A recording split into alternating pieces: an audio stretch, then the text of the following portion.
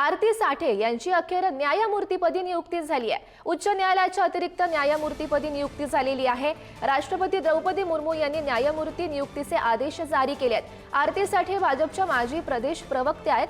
आरती साठे यांच्यासह आणखी दोघांची न्यायमूर्तीपदी नियुक्ती झाल्याचं बघायला मिळत आहे। आणि या संदर्भात अधिकची माहिती जाणून घेऊयात। आमचे प्रतिनिधी नंदकिशोर आपल्या सोबत आहेत। नंदकिशोर, महत्त्वाची अपडेट आपण बघू शकतो। विरोध होताना बघायला मिळालेला होता याआधी, मात्र अखेर त्यांची आता न्यायमूर्तीपदी नियुक्ती झाल्याचं आपण बघू शकतोय।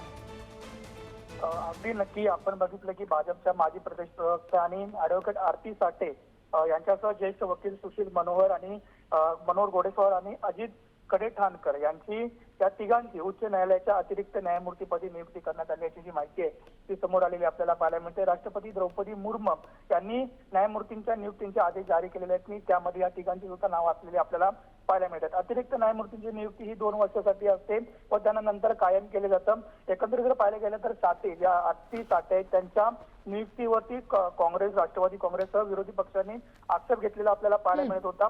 भारताचे सरन्यायाधीश भूषण गवई यांना हस्तक्षेप करण्याची सुद्धा या ठिकाणी विनंती केलेली होती, मात्र अखेर आरती साठे यांना न्यायमूर्तीपदी नियुक्तीचे जे आदेश आहेत ते सुद्धा आता जारी करण्यात आलेले आपल्याला पाहायला मिळतात।